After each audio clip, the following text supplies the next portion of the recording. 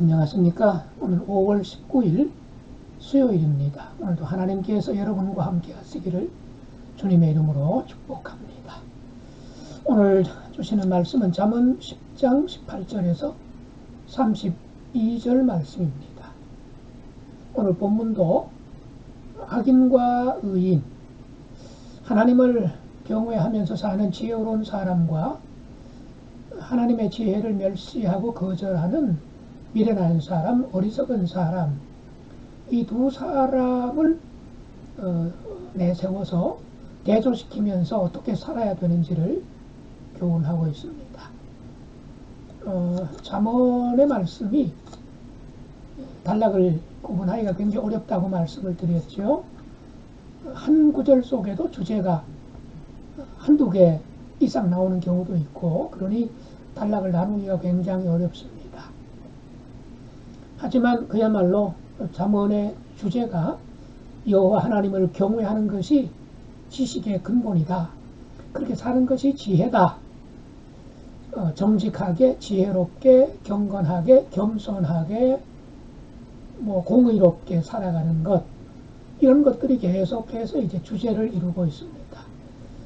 그런 그 주제를 중심으로 해서 용어만, 표현만 조금 다를 뿐 핵심은 거기서 벗어나지를 않습니다. 또한 우리가 명심해야 될 것은 며칠 동안 우리가 둘러보겠지만 잠언에 나와 있는 이런 교훈들은 일반적인 상황, 그런 상황 속에서 주시는 말씀들입니다. 특별한 경우에 이 잠언의 말씀이 잘 통하지 않는 듯한, 즉 교과서적이고 원칙론적인 입장에서 하시는 말씀들이 많이 나옵니다. 그래서 현실 사회 속에서는, 우리 일상생활 속에서는 꼭 이렇지 않은 것 아니냐 하는 그런 의구심을 가질 수가 있지요. 그것은 성경 시대에도 마찬가지였습니다. 이렇게 교훈을 함에도 불구하고 실제로 정직하게, 공의롭게, 겸손하게 하나님 경외하는 사람이 잘 살고 성공하고 출세하고 명예롭게 되는 것보다는 그런 일도 많지만 그렇지 않은 경우도 실제로 있었단 말이죠. 그런 문제들을 거론하면서 그런 고민과 또 그런 의구심에 빠져 있는 사람들을 위로하고 격려하고, 그럼에도 불구하고 하나님을 잘 섬겨야 한다, 그것을 강조했던 선지자가 바로 하박국이지요.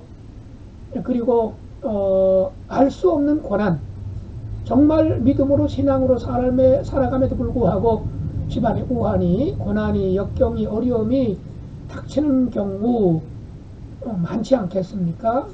여러분 가정에도 그런 경우가 있을 수 있겠습니다. 대표적인 경우가 성경에 나오는, 여러분 잘 아시는 욥의 경우죠. 정말 하나님 앞에 의인이고 자녀들까지도 믿음으로 그렇게 잘 양육하고 살아감에도 불구하고 갑작스럽게 재난이 닥치고 자녀들 모두를 잃어버리는 정말 끔찍한 그런 고통을 겪지 않습니까? 그러니까 이 잠언에 오늘 그저께도 그랬습니다마는 요 잠언 10장 전후에서 나오는 말씀들은 대체로 그 원칙을 가지고 말씀하는 겁니다. 교과서적이고 원론적인, 기본적인, 그러니까 사회가, 세상이 어떤 정상적으로 운영되고 또 건강한 사회일 경우를 전제하고 하시는 말씀입니다. 그걸 우리가 저변에 깔고서 이 잠언을 읽어야 되겠습니다. 자, 이제 한번 말씀을 봅시다. 잠언 10장 18절에서 32절 말씀입니다. 미움을 감추는 자는 거짓된 입술을 가진 자요, 중상하는 자는 미련한 자이니라. 말이 많으면 허물을 면하기 어려우나 그 입술을 제어하는 자는 지혜가 있느니라. 의인의 혀는 수문과 같거니와 악인의 마음은 가치가 적으니라. 의인의 입술은 여러 사람을 교육하나 미련한 자는 지식이 없어 죽느니라. 여호와께서 주시는 복은 사람을 부하게 하고 근심을 겸하여 주지 아니하시느니라. 미련한 자는 행악으로 낙을 삼는 것 같이 명철한 자는 지혜로 낙을 삼느니라. 악인에게는 그의 두려워하는 것이 임하거니와 의인은 그 원하는 것이 이루어지느니라. 회오리 바람이 지나가면 악인은 없어져도 의인은 영원한 기초 같으니라. 게으른 자는 그 부리는 사람에게 마치 이에 식초 같고 눈에 연기 같으니라. 여호와를 경외하면 장수하느니라. 그러나 악인의 수명은 짧아지느니라. 의인의 소망은 즐거움을 이루어도 악인의 소망은 끊어지느니라. 여호와의 도가 정직한 자에게는 산성이요 행악하는 자에게는 멸망이니라. 의인은 영영이 이동되지 아니하여도 악인은 땅에 거하지 못하게 되느니라. 의인의 입은 지혜를 내어도 배역한 혀는 배임을 당할 것이니라. 의인의 입술은 기쁘게 할 것을 알거늘 악인의 입은 패역을 말하느니라. 아까도 말씀드렸지만 오늘 본문은 의인은 번성하게 되고 악인은 멸망하게 된다. 이게 오늘 본문의 줄거리 또 주제입니다. 실제로 그렇게 하나님이 창조하셨죠. 또 그렇게 하나님이 세상의 질서를 딱 만들어 놓으셨습니다. 그러나 그렇게만 돌아가면 얼마나 좋겠습니까만 현실 세계 속에서는 꼭 그렇게만 되지는 않죠. 자, 그럼에도 불구하고 원론적인 차원의 말씀들은 우리가 잊지 않고 살아가는 것, 이게 하나님의 사람들, 그리스도인들의 삶의 기본적인 태도여야 합니다. 22절 말씀 보겠습니다. 여호와께서 주시는 복은 사람을 부하게 하고 근심을 겸하여 주지 아니하시느니라. 물론 여기서 말하는 복은 1차적으로 물질적인 복을 말합니다. 하나님이 물질의 복을 주시면 부하게 된다는 것이지요.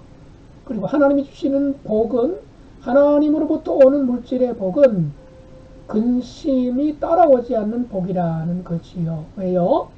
정당한 거니까요. 떳떳하게 정말 내 손이 수고한 대로 먹을지니라 하는 말씀처럼 우리가 하나님이 주시는 건강과 재능과 하나님이 내게 맡기신 사역지 또는 직장과 일터, 그것이 바로 성직이라고 그랬죠. 그런 곳에서 성실하게 정직하게 땀 흘려 수고하면서 그 결과 소득을 얻었습니다. 열매를 거두었습니다. 그러면 어떻게 될까요? 감사가 따르고 보람이 있고, 하나님 감사합니다.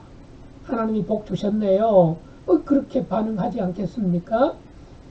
그래서 우리 하나님께서 주시는 복은 사람을 부하게 하면서도 근심을 겸해서 주지 않습니다. 반대로 하나님이 주신 복이 아니라 내 욕심과 또는 편법이나 불법이나 남을 해치면서 남을 속이면서 얻는 부도 있잖아요.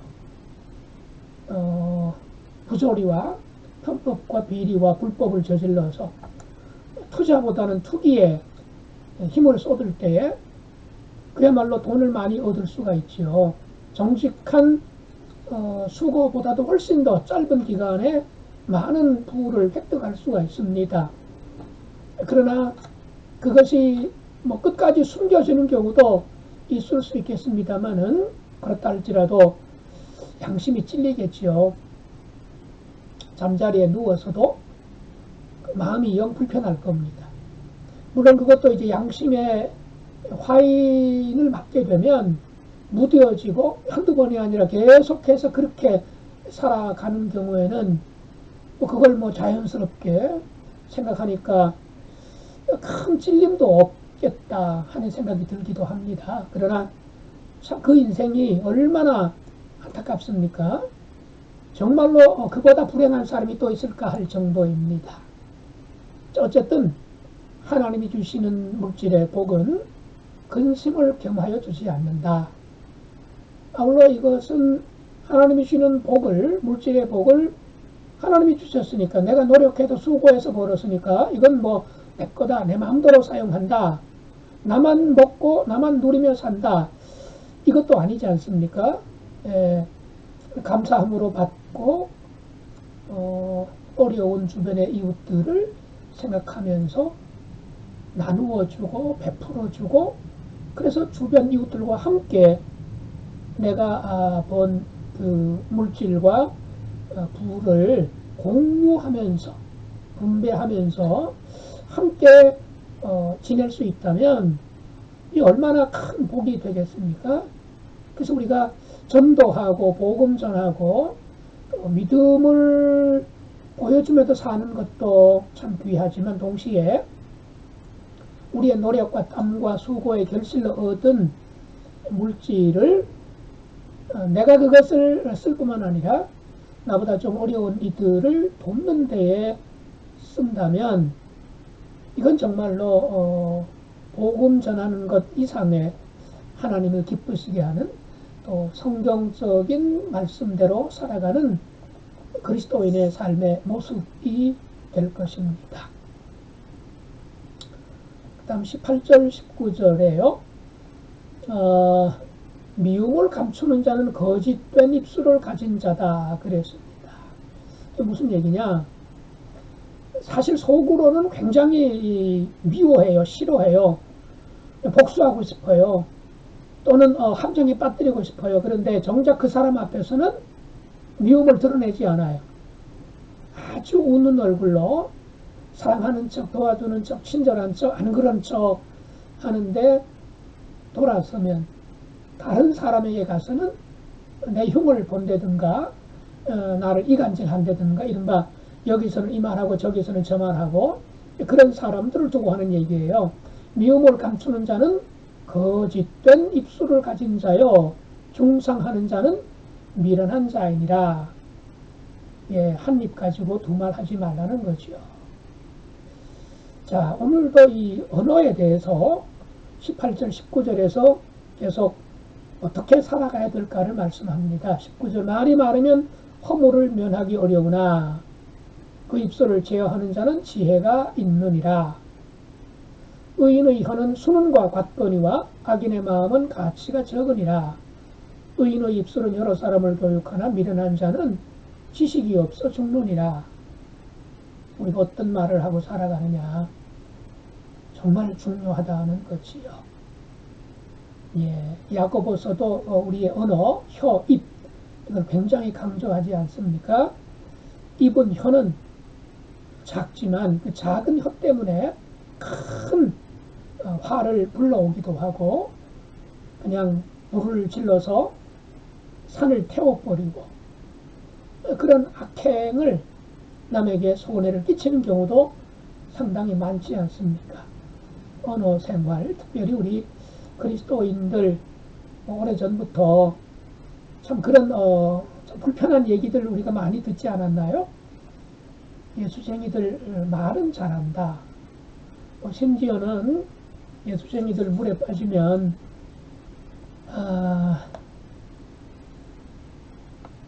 물에 빠져서도 물속에 있는 붕어하고 얘기한다고 할 정도로 말을 잘하고 말을 많이 하는데, 말 잘하는 거 그 좋은 일이지요.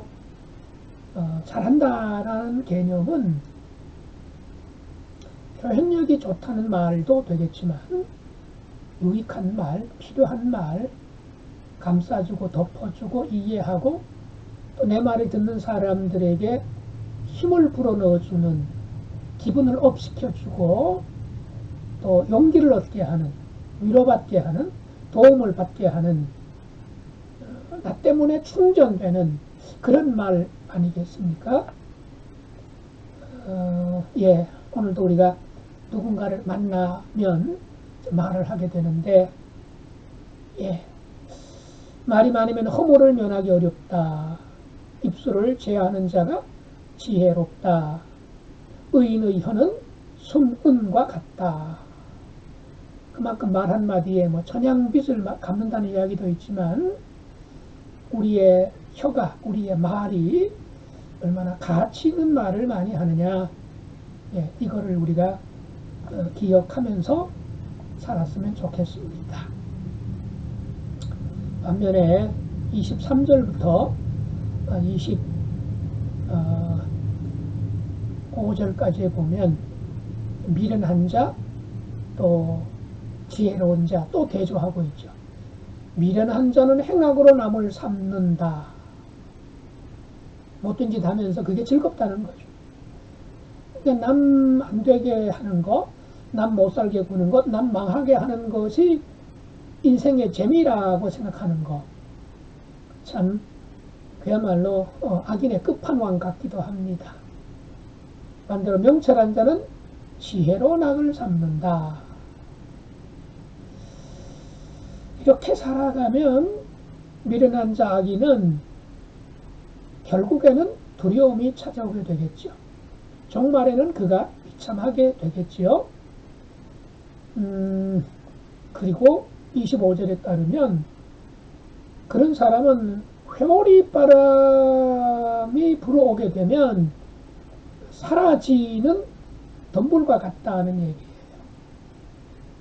우리나라에는 회오리바람을 만나는 경우가 별로 없는데 이스라엘에는 정말 그 회오리바람이 많습니다. 제가 뭐 성지순례 한 번밖에 가지는 않았습니다만 그런 것들을 몇 번 목격을 했습니다. 나무가 거의 없고 그러다 보니까 그 잠깐 있었던 풀이나 덤불 같은 것들이 금방 말라 비틀어지지요.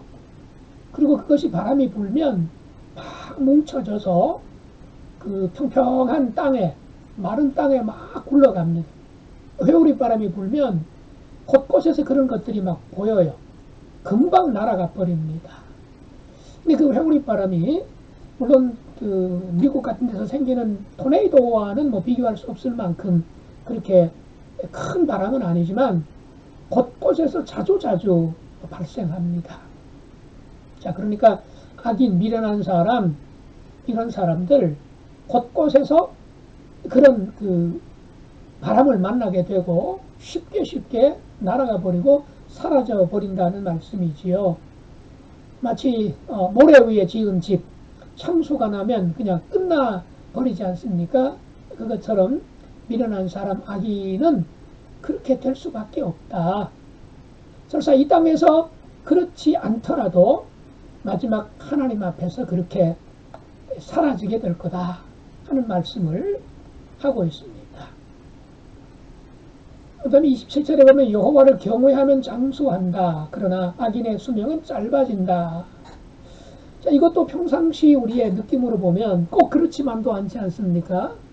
정말 이른바 법 없이도 살 사람, 뭐 신앙적으로 말한다면 정말 믿음 좋고 겸손하고 정직하고 충성하고 정말 누가 보더라도 정말로 존경할 만한 그런 분이 갑자기 사고가 나서 세상을 떠나거나 또는 뭐 뜻하지 않은 그런 질병으로 그렇게 고생을 하는 경우도 없지 않아 있습니다. 반대로 못된 짓 많이 하는 사람, 역사의 죄인으로 기록될 만한 사람 가운데에서도 건강하게 오래 사는 사람이 있거든요. 이를테면 뭐 타고난 건강, 또 건강 관리 잘하고, 또 가지고 있는 뭐 돈이 있어서 주치의 두고 정기적으로 건강 체크한다. 뭐 먹을 것 잘 먹고 운동하고 이러면 건강하게 오래 살 수가 되지 않겠습니까? 그런 예외를 그것을 두고 말하는 것이 아니라 일반적으로 말씀하고 있습니다. 여호와를 경외하면 오래 산다, 장수한다. 그렇죠. 기쁘게 감사하고 즐겁게 그 하나님의 임재 속에 주님과 가까이 하면서 사니까 마음에 평안이 있지 않겠습니까?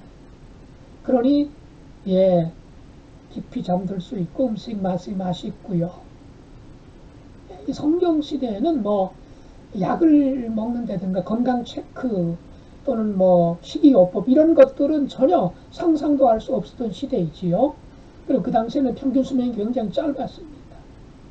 그런데 당시에는 장수하는 것이 복이라고, 물론 요즘도 그런 생각을 많이 합니다만 어쨌든 그 평균 수명이 짧았던 시대에 장수는 하나님의 복이다 이렇게 믿었던 시대입니다.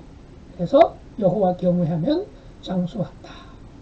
이렇게 말씀을 하고 있습니다.